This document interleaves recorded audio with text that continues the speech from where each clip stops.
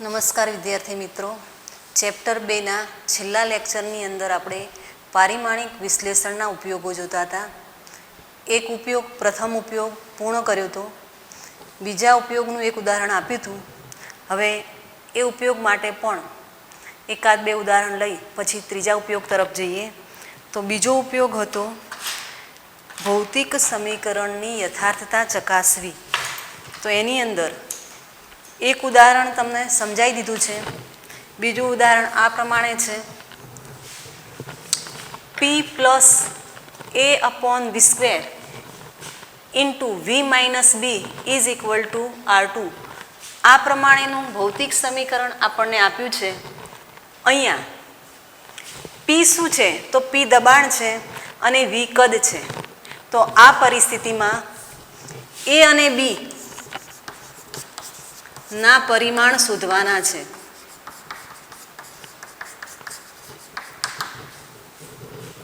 પરિમાણની દ્રષ્ટિએ આ સમીકરણ સાચું છે, યથાર્થ છે. તો હવે એ અને બી ના પરિમાણ શોધવા માટે શું કરીશું? તો અહીંયા ખાસ ધ્યાન રાખીશું કે આગળના સમીકરણમાં આપણે કાઉન્સ છૂટો પાડ્યો હતો. અહીંયા થોડુંક લોજિકથી વિચારવું પડે કે જ્યારે કોઈ પણ ભૌતિક સમીકરણની અંદર સરવાળા કે બાદબાકી કરીએ છીએ ત્યારે સમાન પરિમાણ ધરાવતા પદોનો જ સરવાળો કે બાદબાકી થાય. એટલે અહીંયા આનું સાદુરૂપ નહીં આપીએ, પણ આ રીતે વિચારીશું કે એ શોધવા છે, બી શોધવા છે. તો એ માટે આપેલ સમીકરણનું પ્રથમ પદ p plus a by V square બને. એનો અર્થ એવો થાય કે અહીંયા સરવાળાનો સંબંધ છે. સરવાળો ત્યારે જ થાય કે આ બંને પ્રથમ અને બીજા બંને પદનું પરિમાણ સરખું થાય. તો હવે એ શોધવા માટે આપેલ ભૌતિક સમીકરણમાંથી પ્રથમ પદ લઈ લઈએ. તો p plus a by V square, અહીં p plus a by V સ્ક્વેરમાં pનું પરિમાણ બરાબર એનું પરિમાણ બાય વી સ્ક્વેરનું પરિમાણ થાય. આપણે શોધવાનું છે એનું પરિમાણ. તો એનું પરિમાણ બરાબર પીનું પરિમાણ અને વી સ્ક્વેરનું પરિમાણ. પી એ શું છે? દબાણ. દબાણનું પારિમાણિક સૂત્ર આપણે ઓલરેડી અગાઉ લેક્ચરમાં લઈ લીધું છે, છતાં એકવાર યાદ કરી દઈએ. તો દબાણ પી બરાબર બળ ભાગ્યા ક્ષેત્રફળ. એનું પરિમાણ જોઈએ તો બળ માટે યાદ હોવું જોઈએ m1 l1 t-2 અને ક્ષેત્રફળ છે બે પરિમાણમાં એટલે l2. તો શું બનશે? m1 l-1 t-2. તો અહીંયા પીનું પરિમાણ લઈ લઈએ m1 l-1 t-2. વી સ્ક્વેર કદ છે અને કદનું પરિમાણ તમને આવડે છે.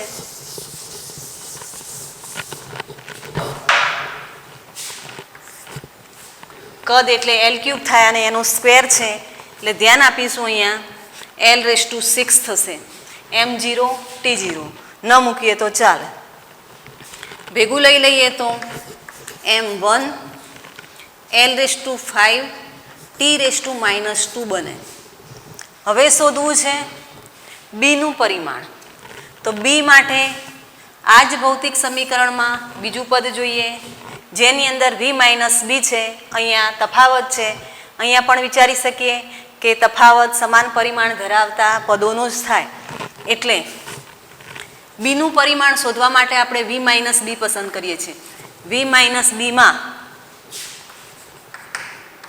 વીનું પરિમાણ બરાબર બીનું પરિમાણ થાય. તો બીનું પરિમાણ અહીંયા વીનું પરિમાણ આપણે અહીંયા મૂકી ચૂક્યા છીએ. તો m0, વી એકલા છે એટલે l³ થશે અને t0 થાય.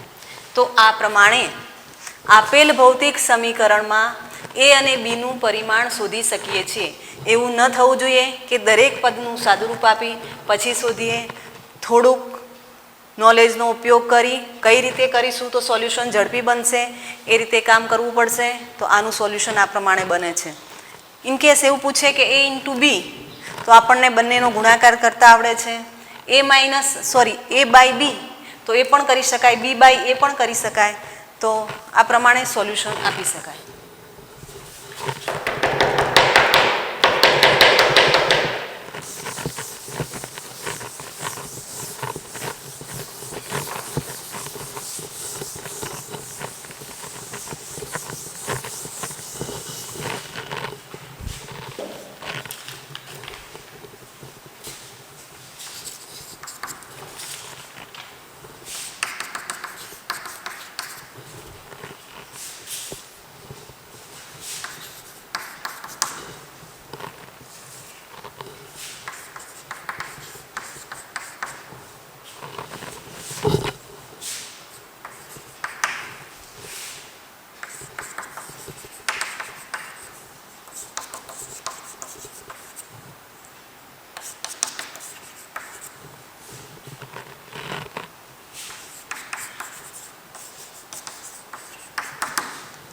તો પારિમાણિક વિશ્લેષણના બીજા ઉપયોગનું એક એક્સ્ટ્રા બીજું ઉદાહરણ લઈ લઈએ.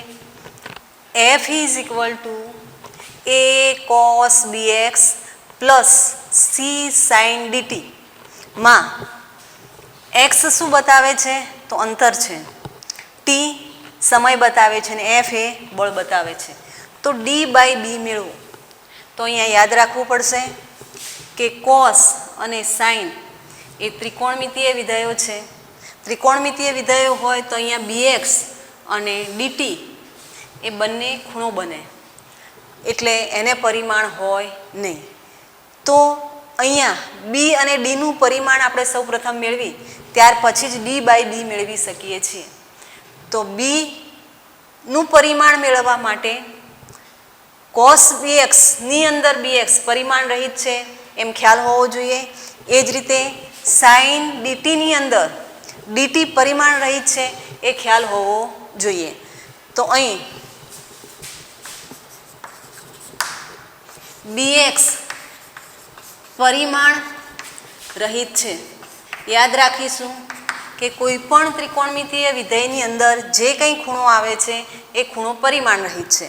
તો bx પરિમાણ રહિત હોય તો આપણે b જ શોધવું છે. તો શું બનશે? bx is equal two m0 l0 t0. એનો અર્થ એવો થાય કે બરાબર શું લેવાય? 1 લેવાય. તો b ઇઝ ઇક્વલ ટુ શું થશે? 1/x. તો b નું પરિમાણ બરાબર 1/x નું પરિમાણ લખી શકાય. x એ શું છે? તો આ તમને ડેટામાં આપેલું જ હશે. x એ અંતર છે, માટે b નું પરિમાણ બરાબર અંતર છે એટલે નીચે l લઈ લઈએ, l1. માટે b નું પરિમાણ બરાબર m નથી એટલે m0, l છે પણ છેદમાં છે એટલે ઉપર લઈ જઈશું -1 અને t0. તો આ પ્રમાણે b નું પરિમાણ બને. ત્યાર પછી લેવું છે d નું પરિમાણ, કારણ કે આપણે જવાબમાં d બાય b મેળવવું છે. તો d નું પરિમાણ લેવા માટે શું કરીશું? તો ફરી પાછું એ જ રીતે વિચારવું પડશે કે અહીં dt પણ પરિમાણ રહિત છે,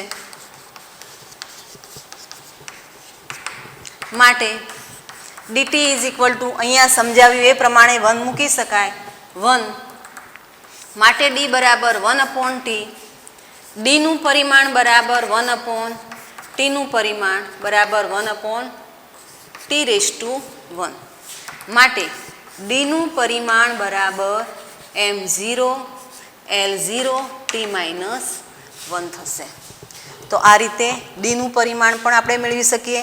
હવે જવાબ મેળવવાનો છે d બાય b, એટલે આને 1 કહીએ, આને 2 કહીએ. તો 2/1 કરતા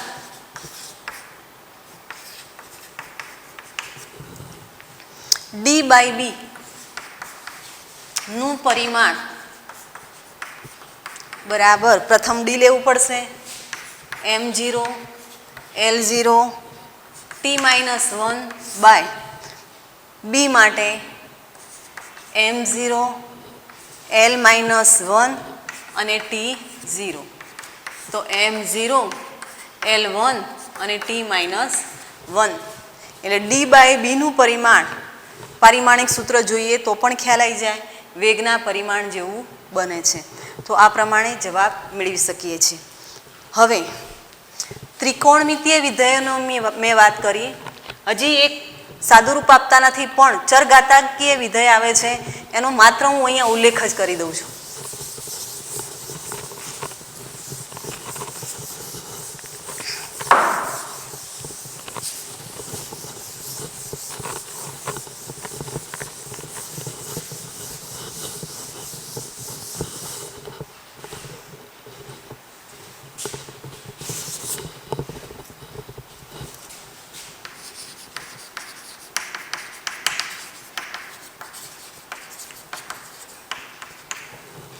તો હવે પારિમાણિક વિશ્લેષણના બીજા ઉપયોગની અંદર પણ આ ચરઘાતાંકીય વિધેય, જેમ મેં અગાઉ તમને ત્રિકોણમિતીય વિધેય પર આધારિત ઉદાહરણ સમજાવ્યું એમ એક બે ચરઘાતાંકીય વિધેયના માત્ર ઉદાહરણ મૂકી દઉં છું. અને આ સમીકરણ તમે ધોરણ 11ની અંદર છેલ્લા ચેપ્ટરમાં એટલે પાર્ટ 2ની અંદર સરળ આવર્ત ગતિ જોશો તો એની અંદર આ પ્રમાણેનું બળ પ્રેરિત દોલનો, તો એની અંદર આ પ્રમાણેનું એક સમીકરણ આવે છે અવમંદિત દોલનો માટેનું છે. y બરાબર A e−bt/2m sin omega t plus phi. આ એક એવું સમીકરણ પસંદ કર્યું કે જેની અંદર ત્રિકોણમિતીય વિધેય પણ આવી જાય છે અને ચરઘાતાંકીય વિધેય પણ આવે છે. તમને પ્રશ્ન થાય કે ચરઘાતાંકીય વિધેય એટલે કેવું વિધેય થાય? તો એની ઘાતવાળું જે વિધેય બને છે એને ચરઘાતાંકીય વિધેય કહીએ છીએ. સાઇનવાળું કે ત્રિકોણમિતીય વિધેયવાળું જે પદ બને એને ત્રિકોણમિતીય વિધેય કહીએ છીએ. અહીંયા એ યાદ રાખીએ છીએ કે જેમ ત્રિકોણમિતીય વિધેયની અંદર સાઇન હોય, કોસાઇન હોય, ટેન હોય, એની અંદર જે થીટા બને છે એ પરિમાણ રહિત છે. એ પ્રમાણે ચરઘાતાંકીય વિધેયમાં ઈની ઘાત અથવા આને આ પ્રમાણે પણ લખી શકીએ એક્સપોનેન્શિયલ -bt/2m. તો આને જે ચરઘાતાંકીય વિધેય છે આ પણ પરિમાણ રહિત બને છે. આ વસ્તુ યાદ રાખીશું. ક્યાંય કોમ્પિટિટિવ એક્ઝામમાં આ ટાઈપનું તમને સમીકરણ આપવામાં આવે તો તમને ખ્યાલ હોવો જોઈએ કે આ ચરઘાતાંકીય વિધેય છે અને ચરઘાતાંકીય વિધેય હોય તો એ પણ પરિમાણ રહિત બને છે. એની ઘાતવાળું જ ધ્યાન આપવાનું, આ નહીં, પણ એની ઘાતવાળું જે પદ છે એ પરિમાણ રહિત છે. એટલે સપોઝ આપણને એમ પૂછ્યું હોય કે આ સમીકરણની અંદર બીનું પરિમાણ શોધો તો આપણે શું કરીશું? તો -bt/2m થાય છે. બી ક્યાં છે? તો ચરઘાતાંકીય વિધેયમાં છે. અહીંયા મેં કીધું એ પ્રમાણે કે ચરઘાતાંકીય વિધેય પરિમાણ રહિત છે એટલે આપણે bt/2m પરિમાણ રહિત છે એમ કરી દેવાનું. બીને કરતા બનાવી દેવાનું. ટી અને એમ શું છે એ ઓલરેડી આપણને રકમની અંદર કહી દીધું હશે તો એ પ્રમાણે તમે ચરઘાતાંકીય વિધેય માટે પણ સોલ્યુશન મેળવી શકો છો. તો આ પ્રમાણે એક આ સમીકરણ છે. એક બીજું સમીકરણ કહી દઉં, n બરાબર n0 e−λt ક્ષય નિયતાંક, વિભંજનનો દર n બરાબર n0 e−λt. તો આની અંદર જોઈએ તો પણ આ જે પદ છે એ ચરઘાતાંકીય છે. -λt માઇનસનો કોઈ અર્થ નથી, λt એ પણ પરિમાણ રહિત થાય. તો આ પ્રમાણે બીજું એક ઉદાહરણ પણ આપણે સમજી લઈએ છીએ. આ ટાઈપનો કોઈ પણ પ્રશ્ન આવે તો એનું સોલ્યુશન આવડતું હોવું જોઈએ. હવે પારિમાણિક વિશ્લેષણનો ત્રીજો ઉપયોગ આ પ્રમાણે છે કે કોઈ પણ ભૌતિક રાશિનું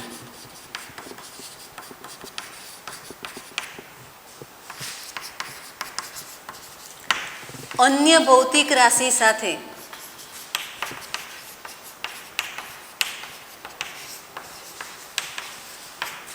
સંબંધ દર્શાવતું સૂત્ર મેળવવું.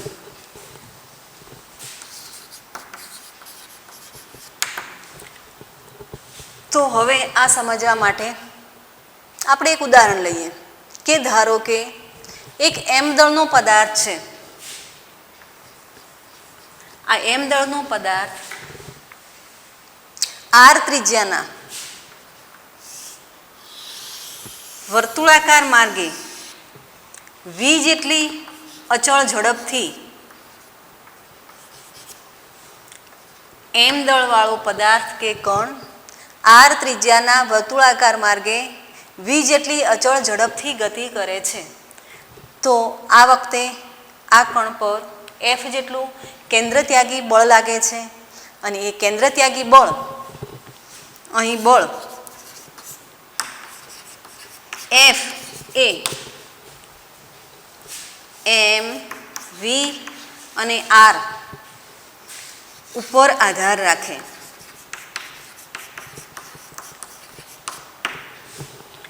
અહીંયા વર્તુળમય ગતિ કણને વર્તુળમય ગતિ કરાવી છે અને વર્તુળમય ગતિ કરતા કણ ઉપર કેન્દ્રત્યાગી બળ લાગે છે. કેન્દ્રને છોડી જતું બહાર તરફ ધકેલતું બળ લાગે. તો એ જે બળ છે એ કોના ઉપર આધાર રાખે છે? એ કણના દળ ઉપર, એની ઝડપ પર અને એના ગતિપથની ત્રિજ્યા ઉપર. તો આ બળનું એમ વી અને આર સાથે કેવો સંબંધ છે એનું જો સૂત્ર મેળવવું હોય તો એ પણ આપણે પારિમાણિક વિશ્લેષણની મદદથી મેળવી શકીએ છીએ.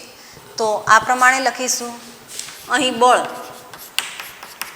એ ધારો કે એમની એ ઘાત ઉપર, વીની બી ઘાત ઉપર અને આરની સી ઘાતના સમપ્રમાણમાં છે. સપ્રમાણતાનું નિશાન દૂર કરીએ છીએ તો કંઈક અચળાંક આવે છે જેને કે કહીએ છીએ કે M raise to a, V raise to b, R raise to c, જ્યાં કે સપ્રમાણતા અચળાંક છે.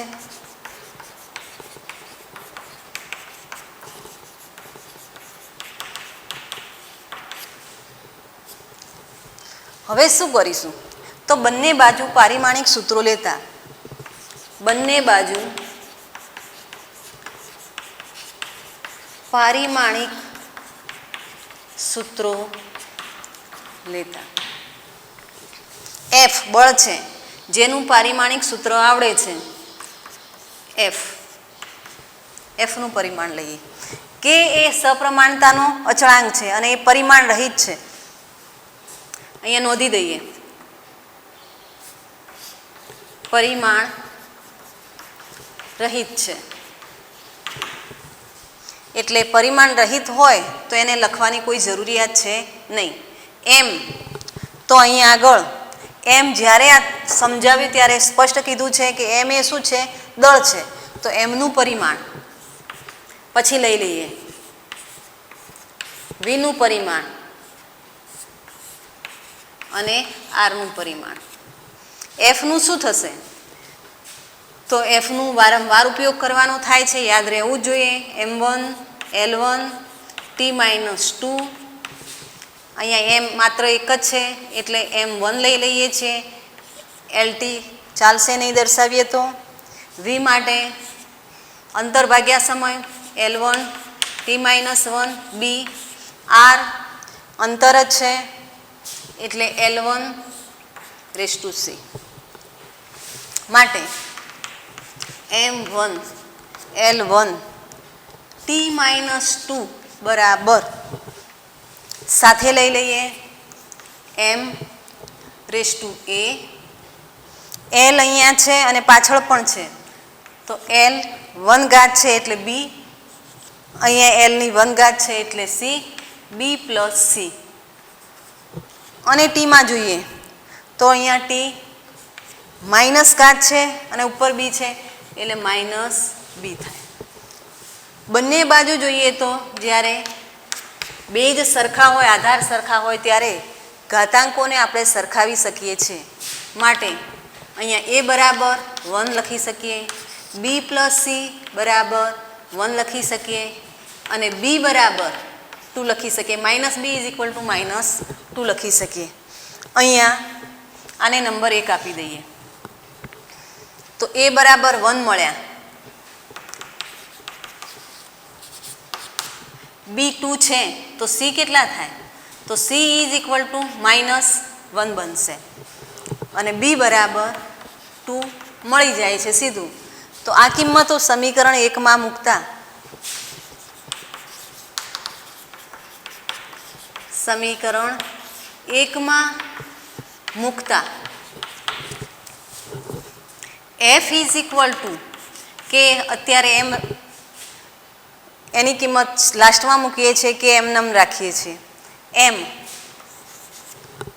એમની 1 ઘાત છે એ બરાબર આપણને 1 પ્રાપ્ત થયા. વી બી છે એટલે એની 2 ઘાત થાય છે અને આર સી છે તો એની -1 ઘાત થાય છે. તો એમ V square by R K બરાબર 1 છે, અચળાંક છે અને એની કિંમત આપણને 1 પ્રાપ્ત થાય છે. તો F is equal to M V square upon R. ટૂંકમાં અહીંયા એફ એ દળ, ઝડપ અને આર પર આધાર રાખે છે એવી આપણી પાસે માહિતી હતી. તો આ બળ એફનું એમ વી અને આર સાથે આધાર રાખતું સમીકરણ શું થાય? તો એ આપણને પ્રાપ્ત થાય છે એફ બરાબર એમ વી સ્ક્વેર અપોન આર. એટલે કે ભૌતિક રાશિ બળનું દળ, ઝડપ અને આર સાથે ત્રિજ્યા સાથે સંબંધ દર્શાવતું સૂત્ર આપણને પ્રાપ્ત થઈ ગયું. હવે પારિમાણિક વિશ્લેષણના ત્રીજા ઉપયોગનું એક ઉદાહરણ છે, એ પણ આપણે આની સાથે લઈ લઈએ એટલે તમને થોડુંક વધારે સ્પષ્ટ થાય. આ ઉદાહરણ અને બુકની અંદર ઉદાહરણનું જે એક્ઝામ્પલ છે 2.17 બંને ખૂબ જ અગત્યના છે.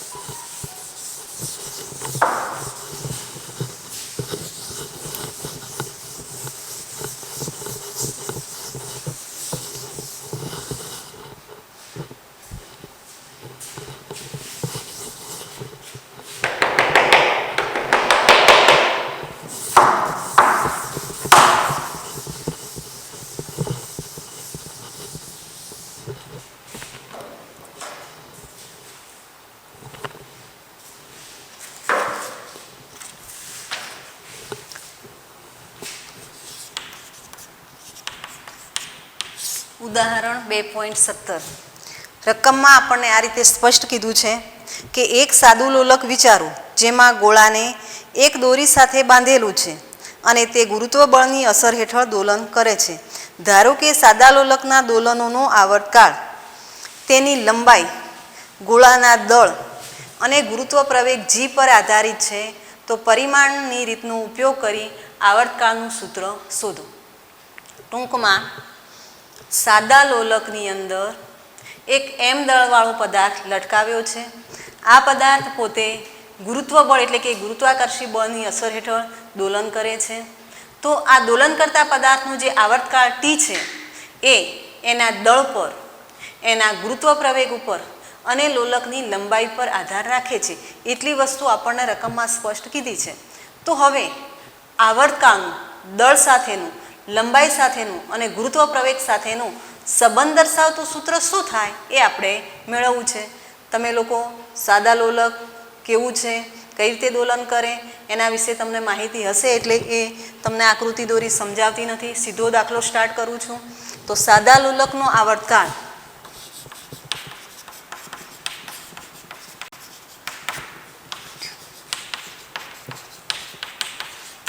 ટી એ દળ, પદાર્થનું દળ એમ, લંબાઈ, લોલકની લંબાઈ એલ અને ગુરુત્વ પ્રવેગ જી પર આધાર રાખે છે.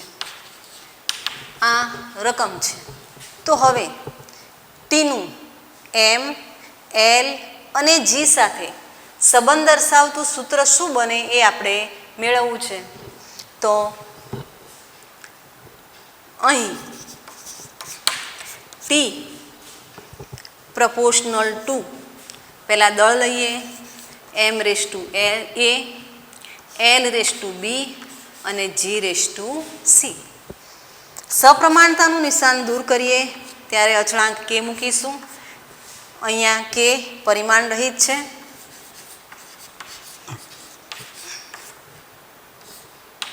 કે પરિમાણ રહિત છે. બંને બાજુ પારિમાણિક સૂત્રો લેતા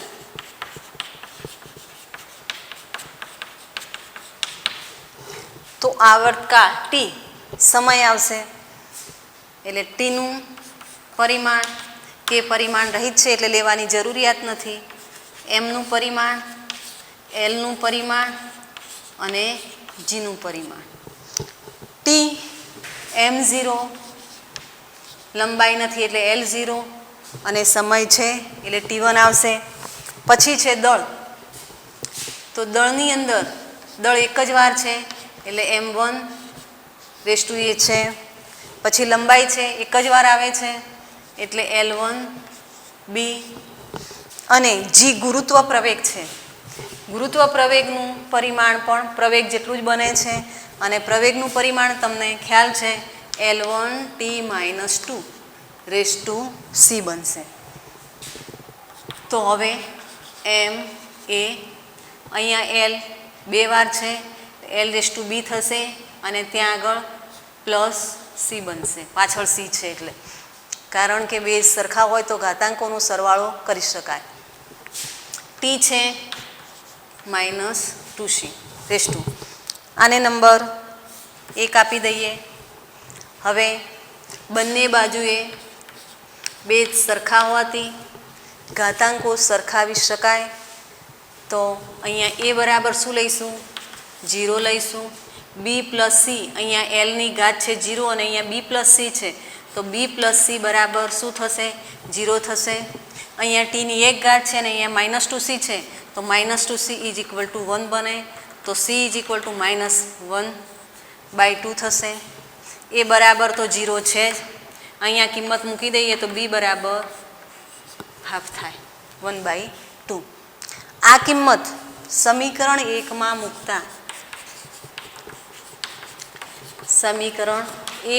મૂકતા ટી બરાબર કે હાલ રાખીએ છીએ એની 0 છે એટલે m રેઝ ટુ 0 અને આપણને ખબર છે કે કોઈની પણ 0 ઘાત એટલે 1 થઈ જાય એની કિંમત. ત્યાર પછી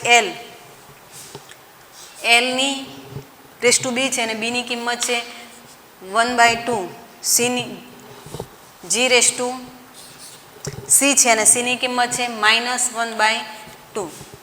તો આપણને સૂત્ર પ્રાપ્ત થાય છે ટી ઇઝ ઇક્વલ ટુ કે બરાબર એલ અને જી અહીંયા અપોનમાં લઈ જઈએ તો L/G અને રૂટ કરી દઈએ.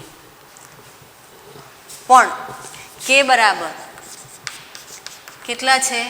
2π, અને એ તો તમે સૂત્ર પ્રમાણે જાણો જ છો, ટી બરાબર 2π √L/G.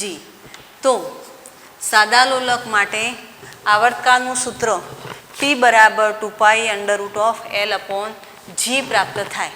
તો આ પણ પારિમાણિક વિશ્લેષણના ત્રીજો ઉપયોગ છે, એની મદદથી આપણે મેળવી શકીએ છીએ. અહીંયા ભૌતિક રાશિ ટી આવર્તકાળ એ લંબાઈ અને ગુરુત્વ પ્રવેગ પર કઈ રીતે આધાર રાખે છે તો આ સંબંધ દર્શાવતું સૂત્ર પ્રાપ્ત થાય. તો આ રીતે પારિમાણિક વિશ્લેષણના 3 ઉપયોગો, એના ઉપર આધારિત 3 જે ઉદાહરણ છે બધા જ અગત્યના છે. આપણી પરીક્ષા માટે માનો કે કોમ્પિટિટિવ એક્ઝામ માટે માનો એટલે આ પોઈન્ટ ખૂબ જ અગત્યનો છે. તો 3 પૂર્ણ કરીએ છીએ. છેલ્લે પારિમાણિક વિશ્લેષણની કેટલીક મર્યાદાઓ છે એ જોઈ પછી ઉદાહરણના દાખલા આગળ લઈએ.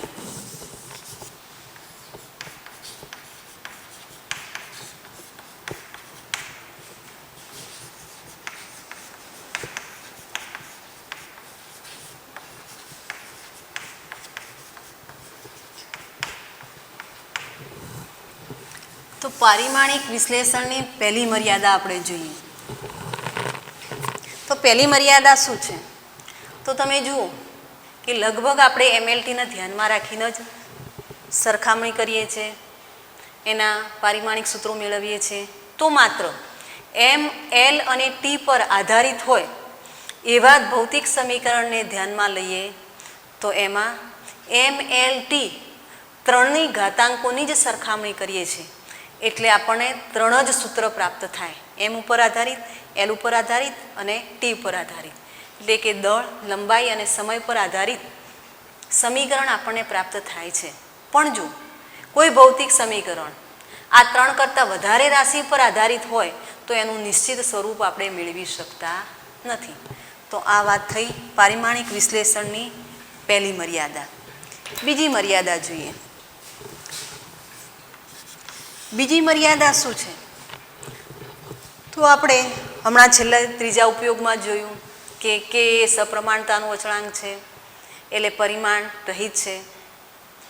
એટલે અહીંયા આગળ પારિમાણિક વિશ્લેષણની મદદથી તમે જુઓ તો પહેલું ઉદાહરણ સમજાવ્યું F = mv²/r, તો ત્યાં આગળ કે આવતો હતો તો કેની કિંમત 1 મૂકી. બીજી સૂત્ર જે હતું T = 2π√L/g, તો ત્યાં આગળ કે બરાબર 2π મૂકીએ છીએ. તો આ પારિમાણિક વિશ્લેષણની રીતથી આપણને પરિમાણ રહિત અંક વિશે કોઈ ચોક્કસ માહિતી પ્રાપ્ત થતી નથી. તો આ બીજી મર્યાદા છે. ત્રીજી મર્યાદા ત્રિકોણમિતીય વિધેય અને ચરઘાતાંકીય વિધેય. તો મેં તમને ત્રિકોણમિતીય વિધેય અને ચરઘાતાંકીય વિધેય પર આધારિત એક સીધું જ સમીકરણ આપી દઈએ. y = a0 e−bt/2m sin ωt + phi. આ અવમંદિત દોલનોનું સમીકરણ છે. તો અહીંયા તમે જોઈ શકો છો કે આ જે પદ છે ચરઘાતાંકીય છે અને આ છે એ ત્રિકોણમિતીય. આ ચરઘાતાંકીય છે અને આ ત્રિકોણમિતીય છે. ચરઘાતાંકીય વિધેય આવે ત્યારે પણ એ પરિમાણ રહિત છે એમ આપણે સ્વીકારી લઈએ છીએ. ત્રિકોણમિતીય વિધેય આવે ત્યારે પણ આપણે પરિમાણ રહિત છે એમ સ્વીકારી લઈએ છીએ. તો આ પારિમાણિક વિશ્લેષણની મદદથી ચરઘાતાંકીય વિધેય અથવા તો ત્રિકોણમિતીય વિધેયની આપણને કોઈ માહિતી પ્રાપ્ત થતી નથી. આ એની ત્રીજી મર્યાદા છે. અને ચોથી મર્યાદા. ચોથી મર્યાદા એ છે કે જો સપ્રમાણતાનો અચળાંક એ પરિમાણ ધરાવતો હોય તો આ પદ્ધતિ ઉપયોગી નીવડતી નથી. પારિમાણિક વિશ્લેષણમાં આપણે હંમેશા સપ્રમાણતા અચળાંકને પરિમાણ રહિત લઈએ છીએ. જો એ પરિમાણવાળો હોય તો આ પદ્ધતિનો આપણે ઉપયોગ કરી શકતા નથી. તો આ પ્રમાણે પારિમાણિક વિશ્લેષણની 4 મર્યાદાઓ હતી. ત્યાર પછી હવે ઉદાહરણના આ પોઈન્ટને અનુરૂપ દાખલા લઈ લઈએ.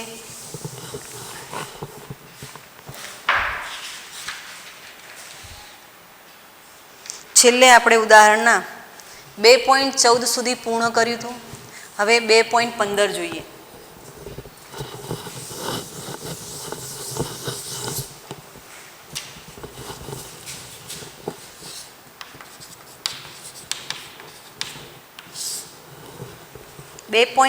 માં આપેલ સમીકરણ પારિમાણિક દ્રષ્ટિએ સાચું છે કે નહીં તે ચકાસો.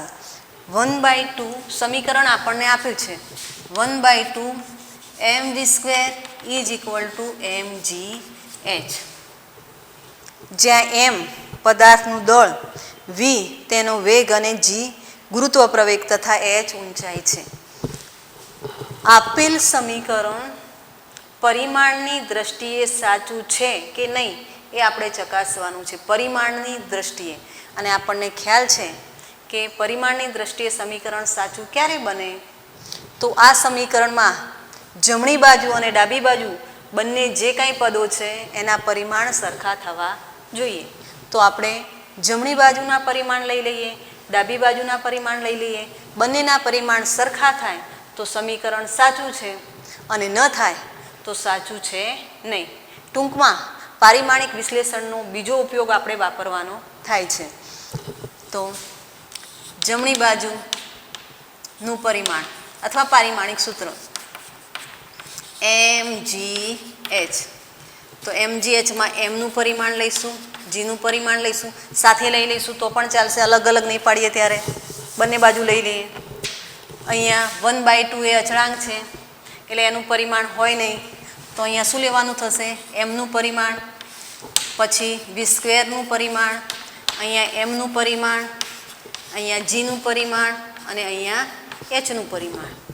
એમનું પરિમાણ m1, વી સ્ક્વેર છે, વીનું પરિમાણ શું થાય તો L1 થાય અને સ્ક્વેર છે એટલે 2 લખીશું. L1 t - 1 પણ સ્ક્વેર છે એટલે આપણે આનો વર્ગ કરી દઈશું. એ જ રીતે એમનું પરિમાણ m1 થાય. જીનું પરિમાણ ગુરુત્વ પ્રવેગ છે એટલે L1 t - 2 અને h ઊંચાઈ મીન્સ માપ લંબાઈ, તો એનું પરિમાણ શું થશે L1 થશે. માટે m1 L2 t - 2, m1 L લઈ લઈએ સાથે 2t - 2. તો આ છે ડાબી બાજુ અને આ છે જમણી બાજુ. તો જમણી બાજુનું પરિણામ નહીં પણ જમણી બાજુનું પરિમાણ બરાબર ડાબી બાજુનું પરિમાણ થાય છે. તો પરિમાણની દ્રષ્ટિએ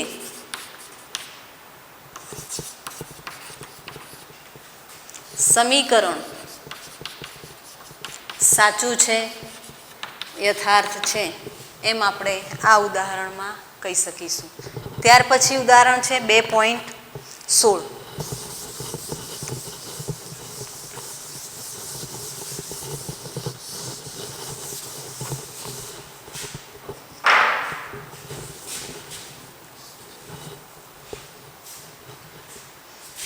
ઉર્જાનો SI એકમ જૂલ બરાબર કિલોગ્રામ મીટર સ્ક્વેર સેકન્ડ/-2 અને તે જ રીતે વેગ v માટે મીટર સેકન્ડ ઇન્વર્સ, પ્રવેગ a માટે મીટર સેકન્ડ/-2 છે. નીચે આપેલ સૂત્ર પૈકી કયા સૂત્રો પારિમાણિક દ્રષ્ટિએ ગતિ ઉર્જા k માટે તમે ખોટા ઠેરવશો એ આપણે સ્પષ્ટ કરવાનું છે. અહીંયા આપણને 5 સમીકરણ આપ્યા છે, ભૌતિક સમીકરણ આપ્યા છે. આ સમીકરણ આપણે 2 રીતે ચકાસીએ છીએ. તમને અગાઉના લેક્ચર મેં સમજાવી દીધું છે કે પહેલાં સમીકરણ આપણે પરિમાણની દ્રષ્ટિએ ચેક કરીએ છીએ. પરિમાણની દ્રષ્ટિએ જે સમીકરણ સાચું છે એ વાસ્તવમાં સાચું હોય કે ન પણ હોય. અહીંયા આપણે બંને વસ્તુ સાબિત કરીએ છીએ, સ્પષ્ટ કરીએ છીએ. સાબિત કરતા નથી પણ સ્પષ્ટ કરવાનું, કારણ કે સાબિત તો પરિમાણની રીતે જ કરી શકીએ. પણ વ્યવહારમાં આપણે જ્યારે સૂત્ર વાપરતા હોઈએ ત્યારે આપણને ખ્યાલ હોય કે ખરેખર આ સમીકરણમાં શું બનશે. ધારો કે અહીંયા હું હમણાં આપું સમીકરણ એટલે તમને ત્યાં ઉદાહરણ દ્વારા સ્પષ્ટ કરું. તો પરિમાણની દ્રષ્ટિએ સાચું છે, વાસ્તવમાં સાચું હોય તો સમીકરણ સાચું લઈશું. પરિમાણની દ્રષ્ટિએ સાચું છે પણ વાસ્તવિક રીતે સાચું ન હોય તો આપણે એવું કહીશું કે પરિમાણની દ્રષ્ટિએ સાચું છે, વાસ્તવમાં સાચું છે નહીં. ત્રીજી વસ્તુ કે જે સમીકરણ પરિમાણની દ્રષ્ટિએ સાચું નથી એ વાસ્તવિક રીતે પણ સાચું બનશે નહીં. આ વસ્તુ ધ્યાન રાખીશું. તો પહેલું ઉદાહરણ છે 5 આપ્યા છે. a બરાબર k m² અને v³ અહીંયા આપણને m એ દળ આપે છે અને v એ વેગ આપે છે. k શું છે તો ગતિ ઉર્જા છે. તો k નું પરિમાણ શું થાય? બંને બાજુ પરિમાણ લેતા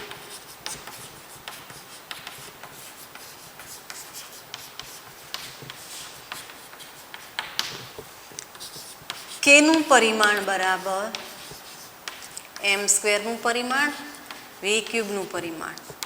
m² m2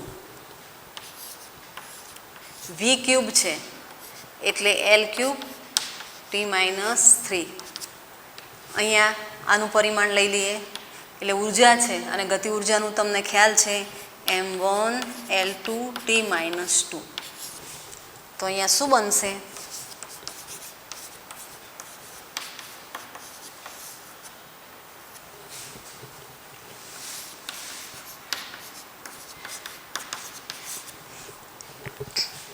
તો ડાબી બાજુ બરાબર નોટ જમણી બાજુ જોઈએ તો ડાબી બાજુ આપણને જે પરિમાણ છે એટલું જમણી બાજુએ પરિમાણ પ્રાપ્ત થતું નથી. તો આ સમીકરણ પરિમાણની દ્રષ્ટિએ ખોટું છે, વાસ્તવમાં પણ ખોટું છે. બીજું બી, કે બરાબર 1/2 mv². બંને બાજુ પરિમાણ લેતા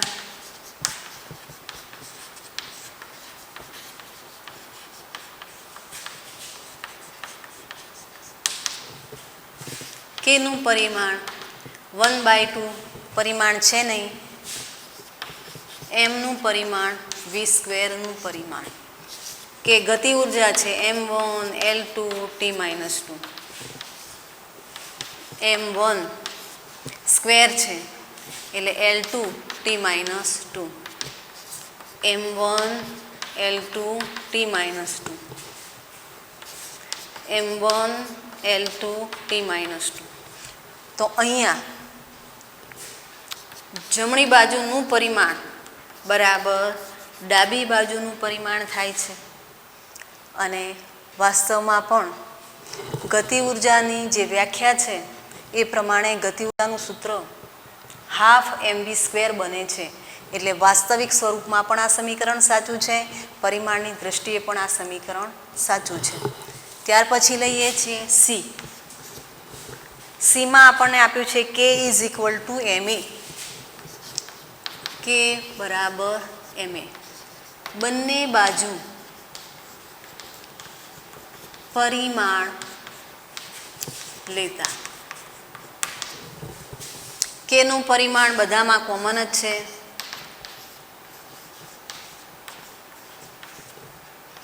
m1 L2 T-2, mનું m1 L1 T-2, m1 L1 T-2 પ્રવેગ છે એટલે અંતર અને સમયનો વર્ગ 2 વાર આવશે અપોનમાં. તો અહીંયા ડાબી બાજુ અને જમણી બાજુ જોઈ લઈએ તો m1 L2 T-2. તો જમણી બાજુએ જે પરિમાણ છે એ ડાબી બાજુના પરિમાણ બરાબર થતું નથી, એટલે પરિમાણની દ્રષ્ટિએ આ સમીકરણ સાચું છે નહીં, તો વાસ્તવમાં તો હશે જ નહીં. ત્યાર પછી ડી છે કે બરાબર 3/16 mv². બંને બાજુ પરિમાણ લેતા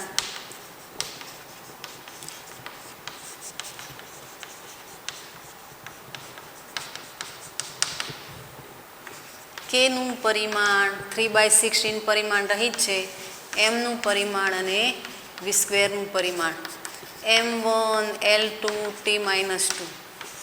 આનું ભેગું લઈ લઈએ m1 L2 T-2, m1 L2 T-2,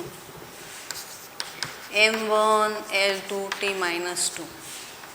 તો અહીંયા જમણી બાજુનું પરિમાણ આ બાજુ જોઈ લઈએ તો ડાબી બાજુનું પરિમાણ. હવે અહીંયા સમજવાનું રહ્યું કે આ સમીકરણ પરિમાણની દ્રષ્ટિએ સાચું છે પણ વાસ્તવમાં સાચું નથી, કારણ કે એ ગતિ ઉર્જા બતાવે છે અને ગતિ ઉર્જા માટે કે બરાબર એની વ્યાખ્યા પ્રમાણે સૂત્ર થાય છે 1/2 mv². એટલે આ ઉદાહરણ વધુ સ્પષ્ટતા કરે છે કે જે પરિમાણની દ્રષ્ટિએ સાચું છે એ વાસ્તવિક સ્વરૂપે સાચું હોય અને ન પણ હોય. તો અહીંયા બી છે એ પરિમાણની દ્રષ્ટિએ પણ સાચું છે, વાસ્તવિક રીતે પણ સાચું છે. ડી છે એ પરિમાણની દ્રષ્ટિએ સાચું છે પણ વાસ્તવમાં એની વ્યાખ્યા પ્રમાણે ગતિ ઉર્જાની વ્યાખ્યા પ્રમાણે સાચું છે નહીં. છેલ્લું ઉદાહરણ છે કે બરાબર ઈ, કે બરાબર 1/2 mv² પ્લસ ma. અહીંયા જોઈએ બંને બાજુ પરિમાણ લેતા કે એમ વી સ્ક્વેર એમ અને એ. અહીંયા એક પદ વધારે છે જમણી બાજુએ, અને આપણને એ પણ ખ્યાલ હોવો જોઈએ કે સરવાળો કે બાદબાકી સમાન પરિમાણ ધરાવતા પદનું થાય. ચલો કેનું પરિમાણ લઈ લઈએ તો m1 l2 t-2 mનું m1 l2 t-2 પ્લસમાં m1 l1 t-2. તો m1 l2 t-2 બરાબર m1 l2 t-2 plus m1 l1 t-2. ધ્યાન આપીએ અહીંયા જમણી બાજુમાં જોઈએ તો પ્લસના નિશાન સાથે બે પદ છે. જે પ્રથમ પદ છે એનું પરિમાણ એ ડાબી બાજુના પરિમાણ જેટલું બને છે, પણ બીજું પદ છે એનું પરિમાણ એ ડાબી બાજુના પરિમાણ જેટલું બનતું નથી. એટલે અહીંયા પ્લસનું નિશાન આવતું હોય અને બંને પદોના પરિમાણ સરખા બનવા જોઈએ, પણ એ બનતા નથી. એટલે પરિમાણની દ્રષ્ટિએ અહીંયા આગળ આ સમીકરણ સાચું છે નહીં. જમણી બાજુ બરાબર ડાબી બાજુ બનતું નથી. હવે આ ઉદાહરણની અંદર બધા જ સમીકરણ એકસાથે લઈ લઈએ તો સમીકરણ એ ખોટું છે, પરિમાણની દ્રષ્ટિએ પણ ખોટું છે. સમીકરણ સી ઓલરેડી પરિમાણની દ્રષ્ટિએ ખોટું જ છે, અને સમીકરણ ઈ પરિમાણની દ્રષ્ટિએ ખોટું છે. એટલે એ, સી અને ઈ આ ત્રણ સમીકરણ ખોટા છે. હવે માત્ર સમીકરણ બી અને ડીનો વિચાર કરીએ તો સમીકરણ બી પરિમાણની દ્રષ્ટિએ સાચું છે, સમીકરણ ડી પરિમાણની દ્રષ્ટિએ સાચું છે. પણ વાસ્તવમાં ગતિ ઉર્જાની જે વ્યાખ્યા છે એ પ્રમાણે સમીકરણ બી સાચું બને અને સમીકરણ ડી સાચું બનતું નથી. ટૂંકમાં ફિઝિક્સની દ્રષ્ટિએ વિચારીએ તો આપેલા 5 સમીકરણમાંથી માત્ર સમીકરણ બી જ પરિમાણની દ્રષ્ટિએ અને વ્યવહારમાં સાચું બને છે. ડી પરિમાણની દ્રષ્ટિએ સાચું બને છે પણ વ્યવહારમાં સાચું છે નહીં, કારણ કે ગતિ ઉર્જાની વ્યાખ્યા પ્રમાણે એ જે સૂત્ર બને છે ખોટું છે. બધા જ ઉદાહરણ પૂર્ણ થાય છે. હવે આ પોઈન્ટને અનુરૂપ સ્વાધ્યાયનો દાખલા નંબર 2.5 જોઈએ.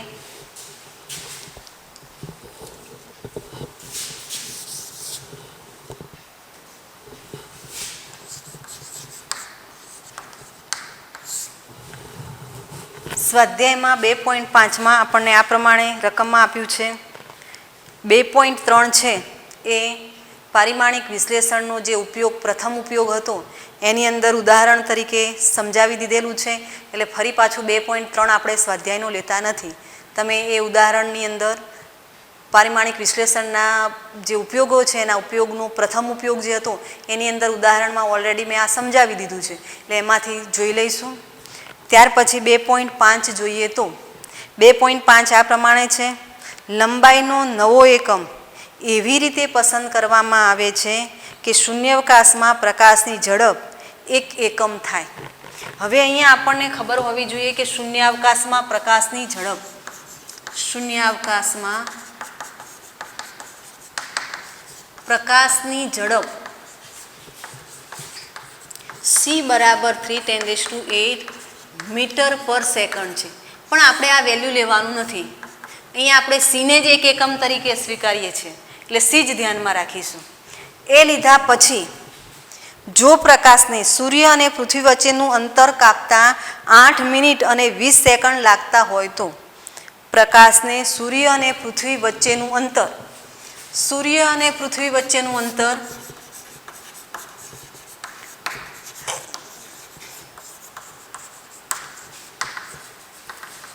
આપણે ડી લઈએ અને એ ડી તમને ખ્યાલ હશે 1 એસ્ટ્રોનોમિકલ યુનિટ જેટલું થાય, પણ અહીંયા આપણે 1.496 10⁻11 મીટર એ લેવાનું નથી. તો સૂર્ય અને પ્રકાશ વચ્ચેનું અંતર, આટલું અંતર કાપતા લાગતો જે સમય છે, સમય ટી આપણને આપ્યો છે 8 મિનિટ અને 20 સેકન્ડ. 8 મિનિટ છે અને 20 સેકન્ડ છે. આપણને ખ્યાલ છે કે સમયના અલગ અલગ એકમ હોય તો આપણે પ્રથમ એને એસઆઈમાં કન્વર્ટ કરી નાખીએ. એસઆઈમાં કન્વર્ટ કરવા માટે સેકન્ડમાં જોઈએ. 8 મિનિટ છે એટલે આપણે એને સેકન્ડમાં લઈ લઈએ તો 8 મલ્ટીપ્લાય બાય 60 અને 20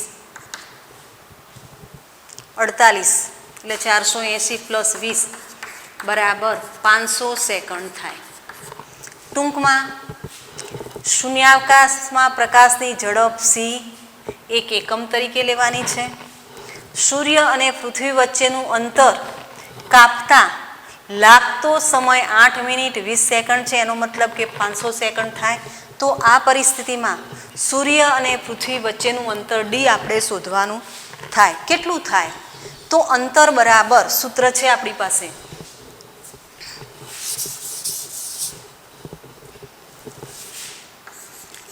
અંતર બરાબર તમને ખ્યાલ છે કે ઝડપ બરાબર અંતર ભાગ્યા સમય.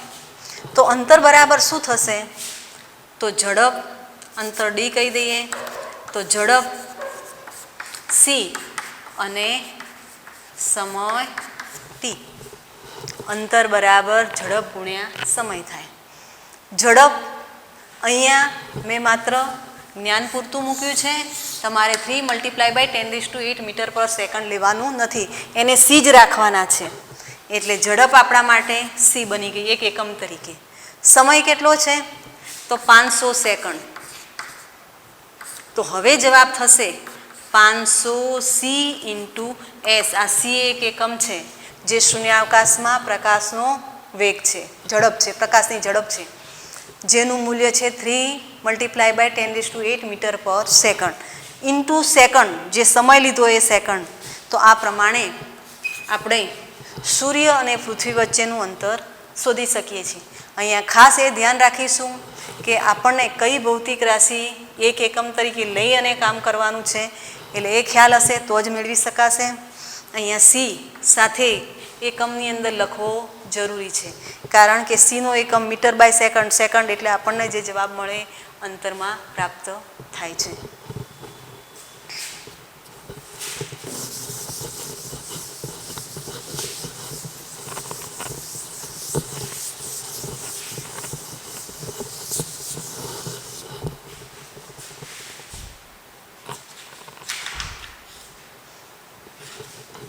ત્યાર પછી સ્વાધ્યાયનું 2.14. સ્વાધ્યાયના 2.14માં રકમ આ પ્રમાણે છે. મુદ્રણની ઘણી ત્રુટીઓ ધરાવતા એક પુસ્તકમાં આવર્ત ગતિ કરતા એક કણના સ્થાનાંતરના 4 જુદા જુદા સૂત્ર આપેલ છે. 4 સૂત્ર આપણે લઈ લઈએ તો એ છે, આમાં મુદ્રણની મિસ્ટેક છે એટલે પ્રિન્ટિંગ મિસ્ટેક છે, અને એ માટે આપણને 4 સમીકરણ આપ્યા છે. y બરાબર, પહેલાં 4 સમીકરણ લઈ લઈએ પછી અંદર સ્પષ્ટતા કરીએ. Sine 2πt by capital T. સમીકરણ બી છે y બરાબર a સાઇન વીટી. સી છે y બરાબર a by T into sine T by A. D જોઈએ તો ડી બરાબર છે y બરાબર a by √2 sine 2πt by T, 2πt by T plus cos two pi T by T, 2 pi T by T સાઇનમાં આવશે, આ રીતે હશે. પછી આગળ આખામાં લઈ લઈએ, આખું કૌંસ હશે. તો આ પ્રમાણે આપણને 4 સમીકરણ આપ્યા છે. y બરાબર a sine 2 pi T by capital T, y બરાબર a સાઇન વીટી, y બરાબર a by T sine T by A, અને ચોથું છે y બરાબર a બાય √2, પછી કૌંસની અંદર છે sine 2 pi T by T plus cos 2 pi T by T, જ્યાં એ શું છે તો એ કણનું મહત્તમ સ્થાનાંતર છે, વી કણની ઝડપ છે, ટી આવર્તકાળ છે. તો પરિમાણને આધારે ખોટા સૂત્રને નાબૂદ કરો. 5 મિનિટ, હા બસ આટલું પૂરું કરીએ. પરિમાણની દ્રષ્ટિએ ખોટું સમીકરણ કયું છે એ આપણે નાબૂદ કરવું છે. તો આપણે 4 સમીકરણ સાથે લઈ લઈએ. પહેલાં લઈએ છે સમીકરણ 1 એ. જોઈ લઈએ, ખ્યાલ હોવો જોઈએ. દરેકમાં એ મહત્તમ સ્થાનાંતર છે, વાય એ શું છે સ્થાનાંતર છે, અને એ મહત્તમ સ્થાનાંતર છે, એટલે સ્થાનાંતરનું પરિમાણ સરખું થાય. આપણને ખ્યાલ છે કે દરેકની અંદર ત્રિકોણમિતીય વિધેય છે, અને આપણને ખબર છે કે ત્રિકોણમિતીય વિધેયની અંદર જે થીટા છે એ કેવું છે પરિમાણ રહિત છે. તો પહેલાં આપણે ત્રિકોણમિતીય વિધેયની અંદર જ જોઈ લઈએ. તો સમીકરણ 1માં 2 પાઈ ટી બાય ટી એ પરિમાણ રહિત હોવું જોઈએ.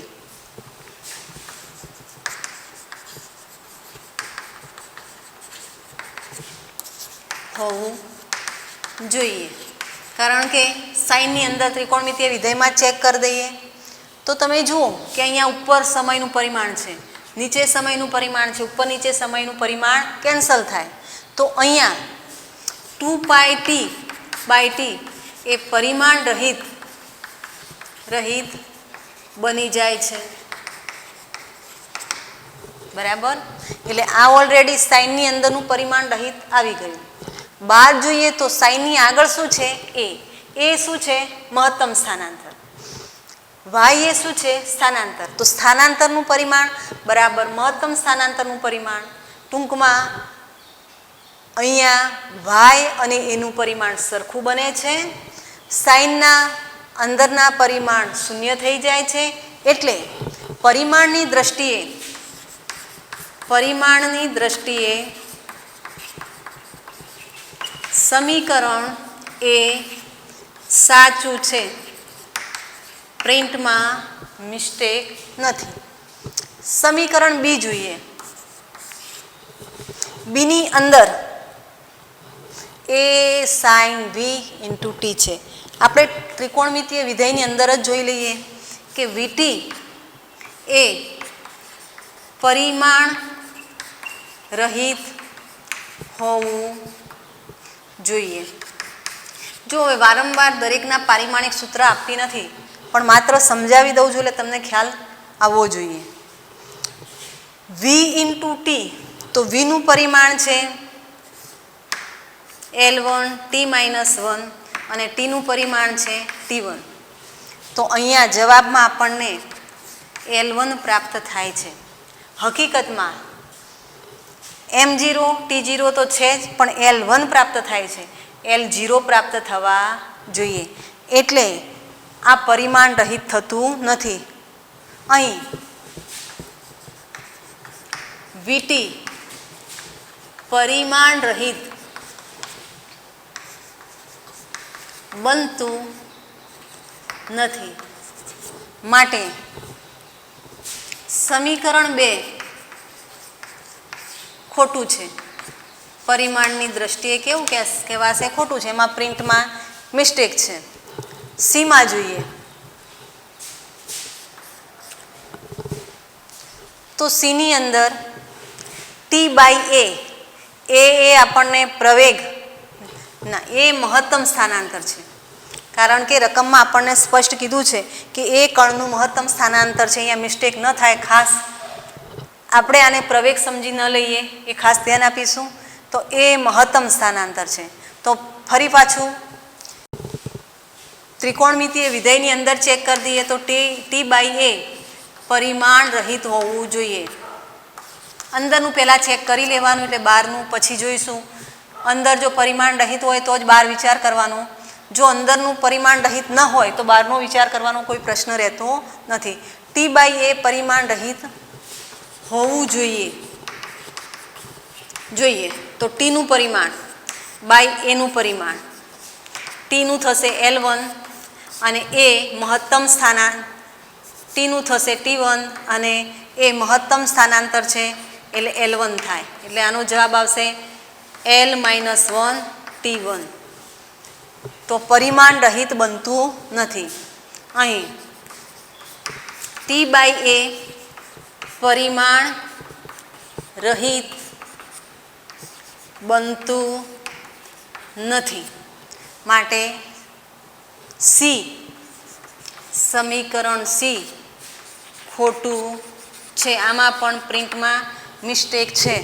સીની બહાર જોવું હોય તો એ જોઈ લઈએ કે આ સ્થાનાંતર છે અને કેપિટલ ટી એ આવર્તકાળ હશે. તો અહીંયા ફરી પાછું સ્થાનાંતર એટલે L1 T-1, તો અહીંયા પણ થતું નથી, અંદર નથી, એટલે આખું સમીકરણ એ ખોટું છે. ત્યાર પછી જોઈએ ડીમાં. તો હવે ડીમાં ચેક કરી લઈએ. સાઇન અને કોસ બંને ત્રિકોણમિતિય વિધેય છે. અહીંયા એ ધ્યાન રાખીશું કે અહીંયા સાઇન હોય તો સાઇન હોવું એવું જરૂરી છે નહીં. ત્રિકોણમિતિય વિધેયના અંદરના પદો એ પરિમાણ રહિત હોવા જોઈએ. તો અહીંયા સાઇનની અંદરનું જે વિધેય છે 2π/t એ જ પાછું કોસની અંદર છે, એટલે એક જ વાર હું ચેક કરી દઈશ તો ચાલશે. એટલે અહીં ત્રિકોણમિતિય વિધેયની અંદર 2πt/t પરિમાણ રહિત હોવું જોઈએ. જુઓ 2πt/tમાં 2π તો અચળ છે, ટીનું પરિમાણ તો ટીનું પરિમાણ થશે T1, ફરી પાછું ટીનું પરિમાણ થશે T1, તો ટી બની ગયો 0, એટલે M0 L0 T0. એટલે સાઇનની અંદર જે પદ છે એ પરિમાણ રહિત થઈ ગયું. એવું જ સેમ કોસની અંદર છે, એટલે કોસનું અંદરનું પદ પણ પરિમાણ રહિત. ટૂંકમાં ત્રિકોણમિતિય વિધેય પરિમાણ રહિત થઈ ગયું. હવે એની આગળનો વિચાર કરીએ, કારણ કે આ તો છે પણ આગળનું ચેક કરવું પડશે. આગળ શું છે? તો ત્રિકોણમિતિય વિધેયની આગળનું પદ